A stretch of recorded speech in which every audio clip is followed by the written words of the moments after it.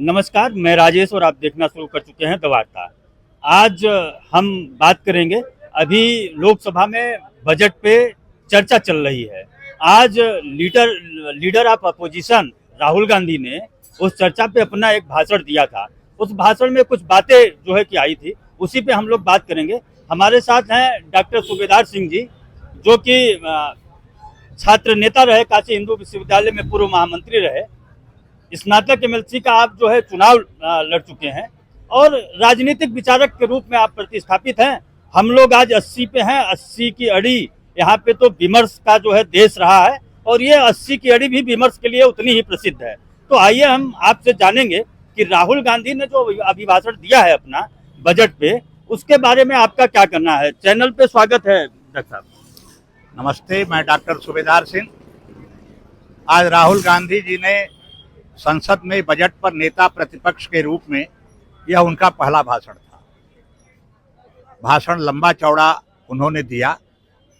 बहुत सारी ऐसी चीजें हैं कि बजट पर तो उन्होंने बहुत कुछ बोला। आप किस मुद्दे पे मेरी राय चाहते हैं, पर्टिकुलर ये बताइए। नहीं, वो जो है कि बार बार ये कह रहे हैं कि जो चक्रव्यूह जो है भाजपा ने बनाया है, आज उन्होंने कहा कि एक चक्रव्यूह बनाया है, लोटस जो है पद्म चक्रव्यूह उसका नाम दिया। और तो बात वो कह रहे हैं, लेकिन एक बात कह रहे हैं कि जाति जनगणना से इस चक्रव्यूह को तोड़ेंगे।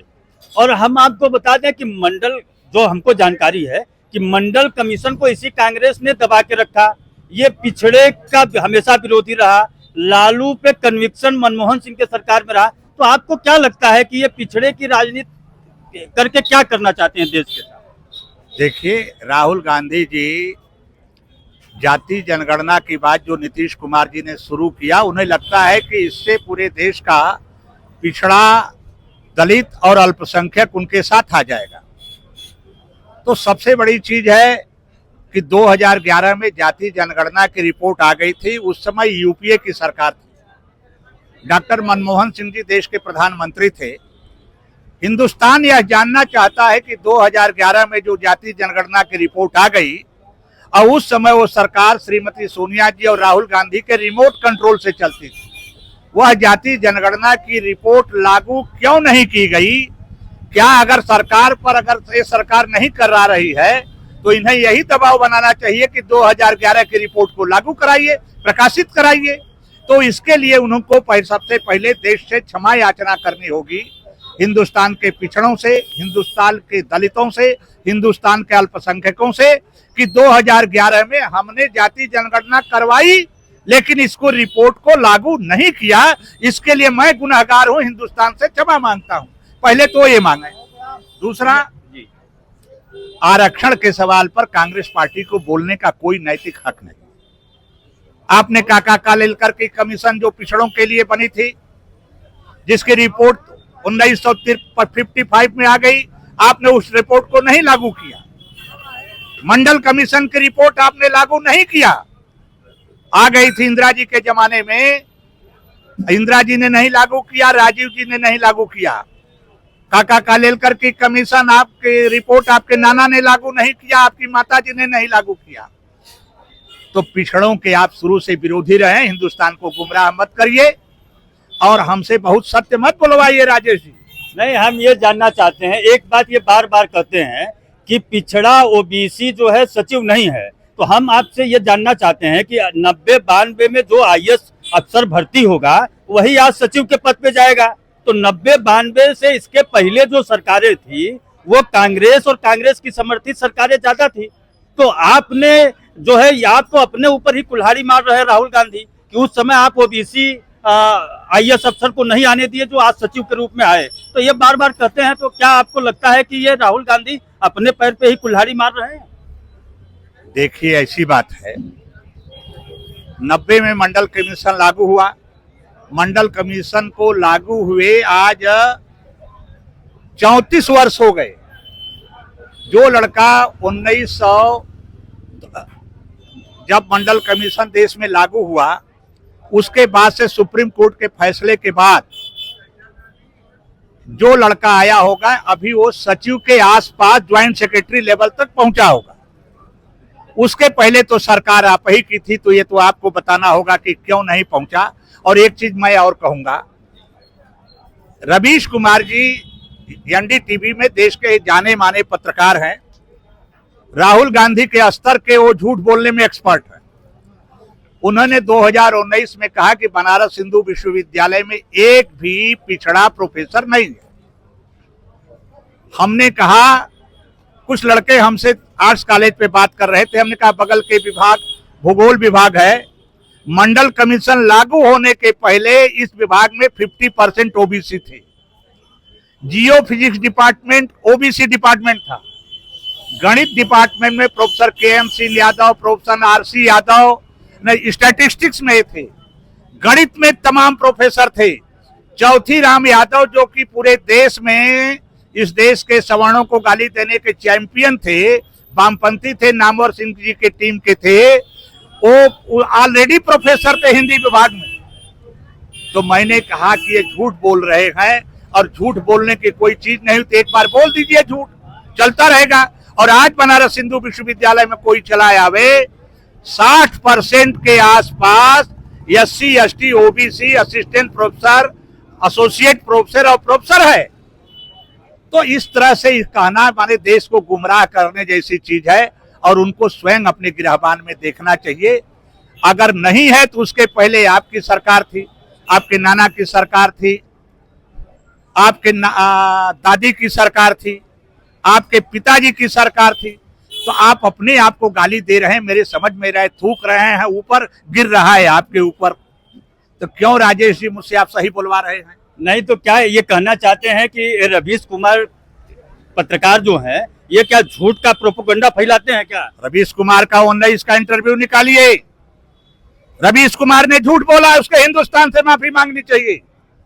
इस देश में कुछ ऐसे लोग हैं जो केवल झूठ बोलने की मशीन है। एक बार झूठ बोल दीजिए, कुछ लोग उसको फैलाने में लग जाते हैं। बनारस हिंदू यूनिवर्सिटी में कितने ओबीसी SC ST प्रोफेसर हैं, अगर आप एक बार बोल दीजिए, तमिलनाडु में किसी ने सुन लिया, राजस्थान के जयपुर में सुन लिया, भोपाल में सुन लिया, तो कहाँ कोई जाता है यहाँ पर इसका तहकीकात करने के क्या है, क्या सही है, क्या गलत है। इस तरह की चीजों से कम नेता प्रतिपक्ष के रूप में आपको बचना चाहिए, और मुझे आपसे यही उम्मीद है। एक बात उन्होंने और कही कि 20 लोग जो है हलवा सेरेमनी में थे। बजट के पहले हलवा बनता है, ये परंपरा रही है। हलवा सेरेमनी में 20 लोग थे। उन्होंने कहा कि केवल 20 लोग हलवा खा रहे हैं। क्या उनको जानकारी नहीं है कि क्या उनके समय में क्या पूरा देश हलवा खाता था, कि वही 20 लोग बजट बनाते थे? उन्होंने कहा कि 20 लोगों ने केवल बजट बनाया है देश का। इसमें आप क्या देखिए, राहुल गांधी की बात को क्यों आप गंभीरता से ले रहे हैं? हलवा सेरेमनी वित्त मंत्री के यहाँ होता, बजट के पहले एक हलवा सेरेमनी होती है। ये हलवा सेरेमनी स्वर्गीय जवाहरलाल के जमाने से होती चली आ रही है, ये चलती रहती है। उसमें हिंदुस्तान के सिलेक्टेड उद्योगपति आते हैं। अगर कोई एक उदाहरण हमारे सामने नहीं है, मैं पता करने का प्रयास करूंगा अपने वामपंथी मित्रों और कांग्रेसी मित्रों के साथ, ये पूछने का प्रयास करूंगा कि जब यूपीए की सरकार थी, या स्वर्गीय राजीव गांधी की, स्वर्गीय श्रीमती इंदिरा गांधी की, जवाहरलाल नेहरू की थी, तो क्या बजट के पहले हलवा पूरे देश के साथ ही लोग मिलकर खाते थे? यही 20, 25, 30 लोग हमेशा हलवा सेरेमनी में जाते हैं। इसीलिए राहुल गांधी की बात को कोई गंभीरता से नहीं लेता है। वो बोलने के लिए बोलते हैं, क्या बोल रहे हैं उसका अर्थ वो खुद नहीं समझते। जब वो आज एक बोलते, विभिन्न मुद्दों पर उठाते, बजट में बहुत सारी चीजें हैं।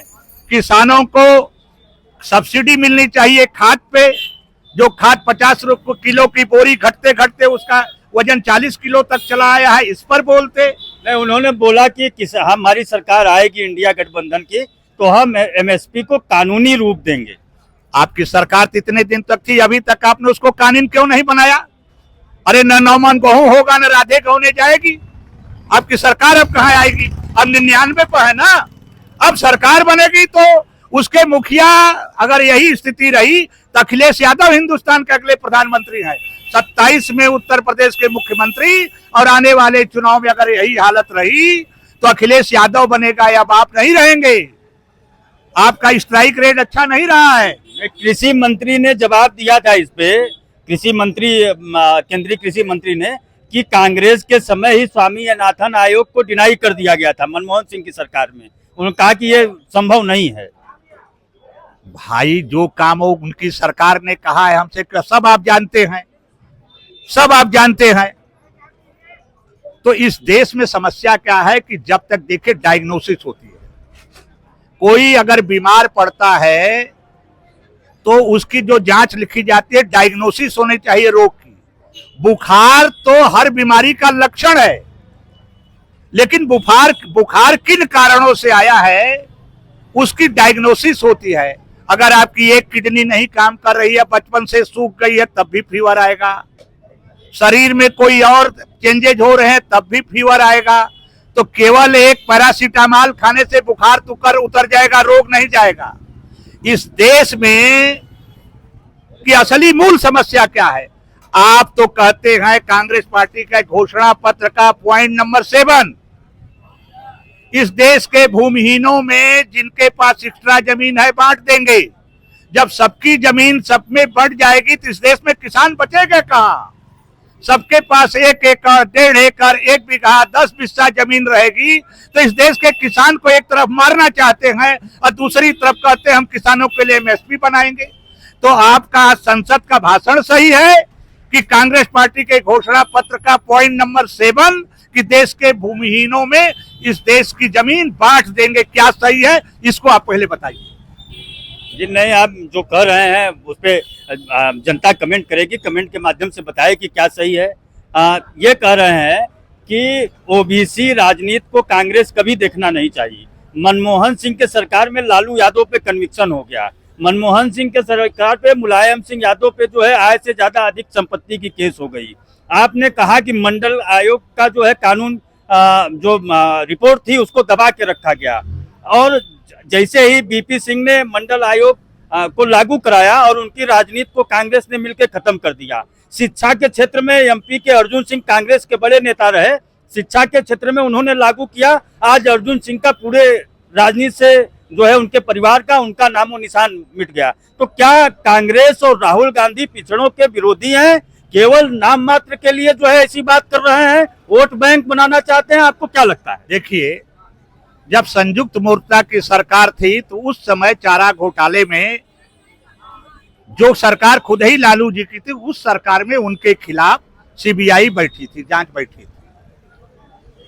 अगर जब यूपीए की सरकार बनी उस समय अगर कांग्रेस पार्टी चाहती तो लालू जी के खिलाफ बिल्कुल बाकायदे उस मुकदमा को रफा दफा करा सकती थी, लेकिन उन्होंने, कांग्रेस ने नहीं किया। लैंड फॉर जॉब मामले में सीबीआई जांच कांग्रेस ने बैठाया। तो एक तरफ जो पिछड़ों के स्टालवर्ड नेता थे श्री लालू प्रसाद यादव जी जैसे लोगों के खिलाफ आप जांच सीबीआई बैठाते हो, और दूसरी तरफ जब उनके पर कार्रवाई होने लगती है तो घड़ियाली आंसू बहाते हो। हमारे नेता माननीय मुलायम सिंह यादव के खिलाफ आपने आय से अधिक संपत्ति का मुकदमा दायर कराया, अखिलेश यादव पे कराया, श्रीमती डिंपल यादव पे कराया, और पिछड़ों के लिए आप रोते भी हो। पावर में आओगे तो पिछड़ों को सताओगे, पैदल हो जाओगे तो पिछड़ों के लिए रोओगे। तो इस देश का पिछड़ा इस बात को जानता है। एक बात जरूर है कि इस देश में संविधान खत्म हो जाएगा, आरक्षण खत्म हो जाएगा, इसलिए सारे के सारे लोग चले गए, एक आपके साथ आ गए। इसलिए आ गए कि आपके साथ उत्तर प्रदेश में श्री अखिलेश यादव जी थे, बिहार में तेजस्वी यादव और लालू यादव जी थे, तमिलनाडु में स्टालिन थे। जहां आप अपने भरोसे थे वहां आप बहुत कुछ नहीं कर पाए हैं, सिवाय महाराष्ट्र और राजस्थान। तो ये देखिए, हमारे साथ डॉक्टर सूबेदार सिंह जी थे, जो एक विचार चिंतन जो है आपने दिया। आपको ये बात कैसी लगी? अगर ये बात अच्छी लगी तो आप भी अपने कमेंट के माध्यम से बताइए कि आप इस पे क्या सोचते हैं। हम कैमरामैन आशीष के साथ राजेश, आप देखते रहिए द वार्ता। धन्यवाद।